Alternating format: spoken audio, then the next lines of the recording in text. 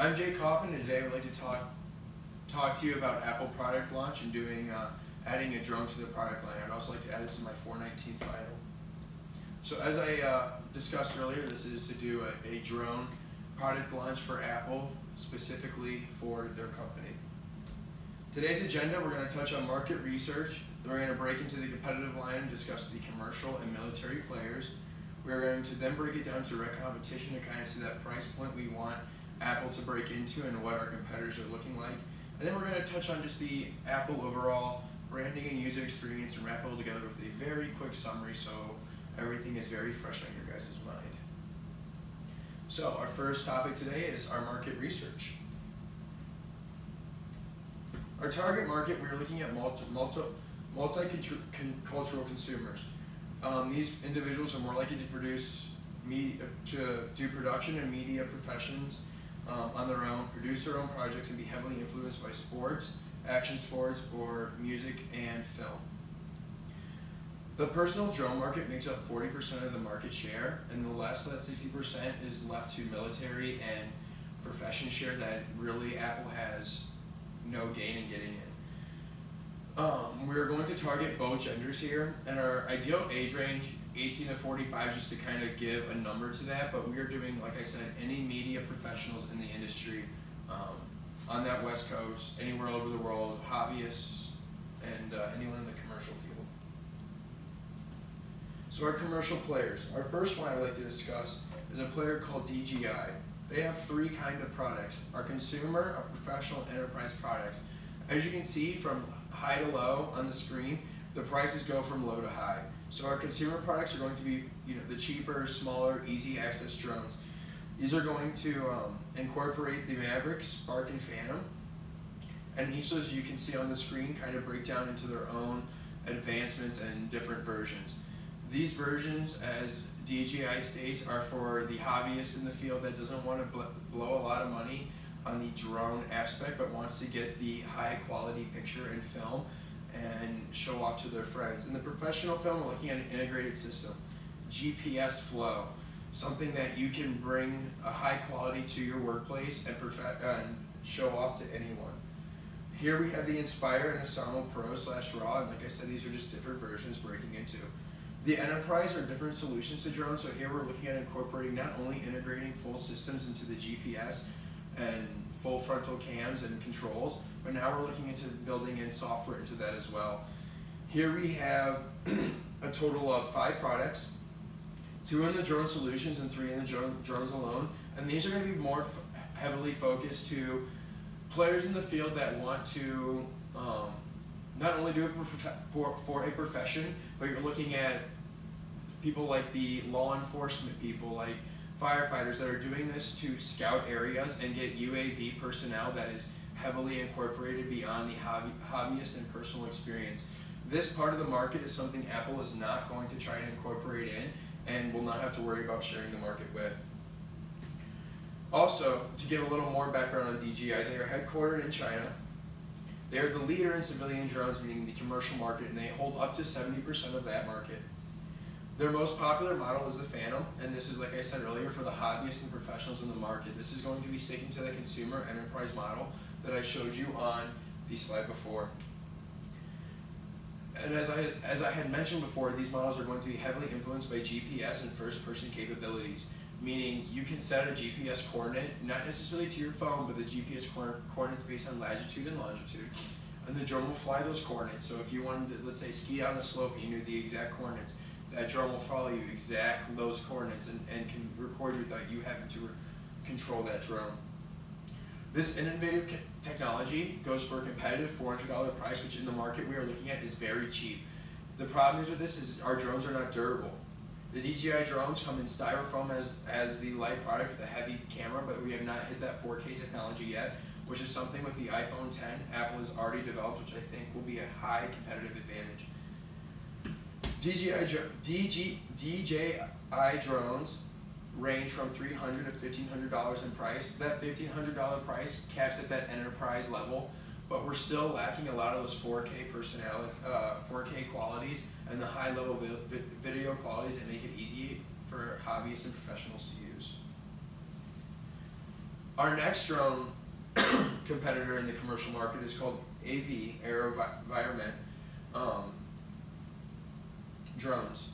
We have the UAS, Unmanned Aircraft System, which, like I said earlier, kind of breaks down with that GPS quality of drone, and we have 4 drones here. Then we also have the commercial, which is the Quantix, which kind of brings it all together and is just a better quality and takes the hobbyist up to the next level, to the professional limit.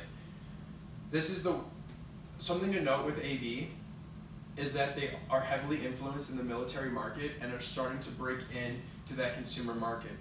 So they just joined the commercial market in 2016 with the Quantix. They use it for aerial inspections ranging from agriculture, surveying, and then touching on what I said earlier with the police force and firefighters and industrial market as well. The reason their drones are the reason this company is so heavily in the market is because they qualify for $208 million of revenue, which is up 2% of last year. And their unmanned aircraft systems, the Raven is the most widely used, and it is a small-scale drone known as a mini drone that the market uses, and this holds a lot of market share as what we discussed in that law enforcement, first responders, military use, because it is so tiny and easy to use. The Raven is what I would like to model the Apple drone off of, but for professional and hobbyists all around. Here we have our, the last 3 players in the commercial market, and the reason there's not a lot of information on these slides is because they are the 3 players that are still up and coming and developing, and there's really not a lot of drone usage in their market yet, but they have a lot of backing, meaning, for instance, GoPro only has 1. 3DR is still developing, but is gaining market share and stock prices like crazy, and Parrot has also gained recognition. So I just want to break down a little background for you guys here. The GoPro is developing a drone called the Karma, and it is the most popular product in the GoPro line, including all their Hero 4, Hero 5s, and all the mini GoPro cameras you are familiar with today. These are unique because they partner with a major corporation called Ambarella. Ambarella makes the chips that make the drones connect and fly the way they do, and GoPro has the unique partnership with them that they don't necessarily have to pay all the features for Ambarella's projects. The medium price point for this is right around $800. GoPro, the Karma, offers a lot of add-on features, which if you add those on, you get to the the $1,500 price point we touched on earlier, which I would like to incorporate those price points into the Apple market. The Parrot is new to the market, especially with specialties in wireless devices and GPS tracking, which makes them unique.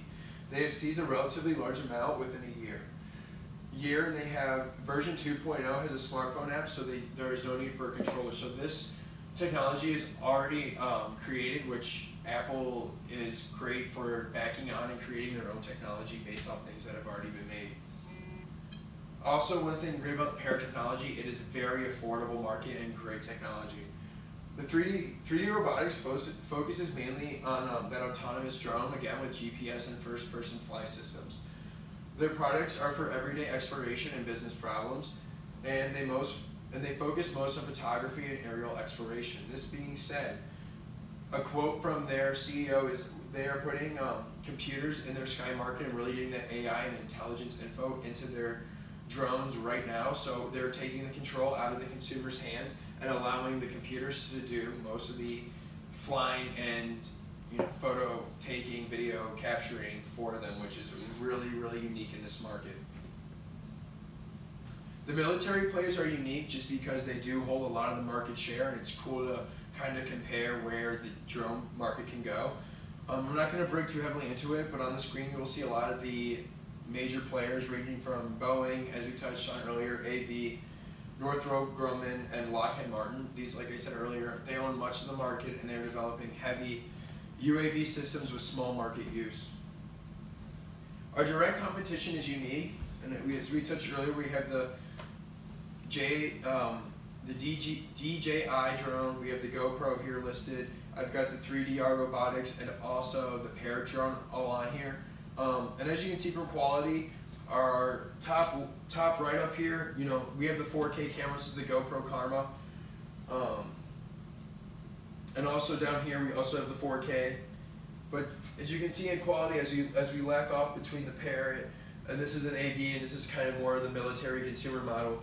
Here we see a styrofoam structure, so if we take any kind of brute force or wind, we're gonna not have a sturdy camera and vision. We're gonna have to do a lot of reshoots. So the market for Apple, the drone market combined is greater than $100 billion. The most tapped into markets are military, agriculture, and infrastructure. That is basing, you know, agriculture growth, having the police force and firemen use our equipment. The media entertainment, where I like to see Apple come into, is approximately right around $10 billion. The biggest competitor for Apple sits at GoPro, and they're focused in more of the action sports, where I would like to see Apple take in that media and high quality music and media production. Our price range for our market, I like to see us at $1,000 to $1,200, but this is incorporating everything in the 4K camera, the GPS, the first-person systems, everything that makes it as easy as for our professional and hobbyists to use. I know the graph is small, but on the left-hand side, I break down the market here. Everything from infrastructure on the top down to mining on the bottom. And you can see our media entertainment sits right in the middle, right around $9 billion, and it is still growing today. Our branding here is nothing new for Apple. I want to sit on the Apple effect, clean, sleek, and beautiful. So as I said, I want to keep the design simple, just keep it the flow with the Apple products and keep that connectivity alive and what makes Apple so great. For advertising, for our social media, I want nothing to change. We don't use a Twitter account. We don't use Instagram accounts. We do everything with paid advertising. We pay based on other accounts. So if someone likes Red Bull, for instance, you know, I want a Apple advertisement sponsored on Red Bull using our drone to capture all those images. Word of mouth, Apple, like I said, does not advertise heavily. Yes, they will do commercials, but they rely heavily on releasing their products at a Apple conference every year, and then releasing updates based on TechCrunch and other heavy tech news articles. I would like to see this continue and have a lot of publicity spread through word of mouth just for Apple alone, and I think the branding will take care of itself. Our user experience, I want the Apple design. We have a no logos, sleek look, and great quality with simplicity. Breaking into that with, you know, for the flow of the product, easy to use. We have a frontier leading technology. We have GPS following, app wielding, and durable UAV. We have high 4K quality with unlimited editing options, and we can load on a phone, tablet, computer through Bluetooth or Wi-Fi, and we can make what makes Apple so great is that connectivity. We can easily put any product, share anything we film immediately to anyone that wants to see throughout the world. So breaking it down, our market research, we're targeting media professionals, especially on the West Coast.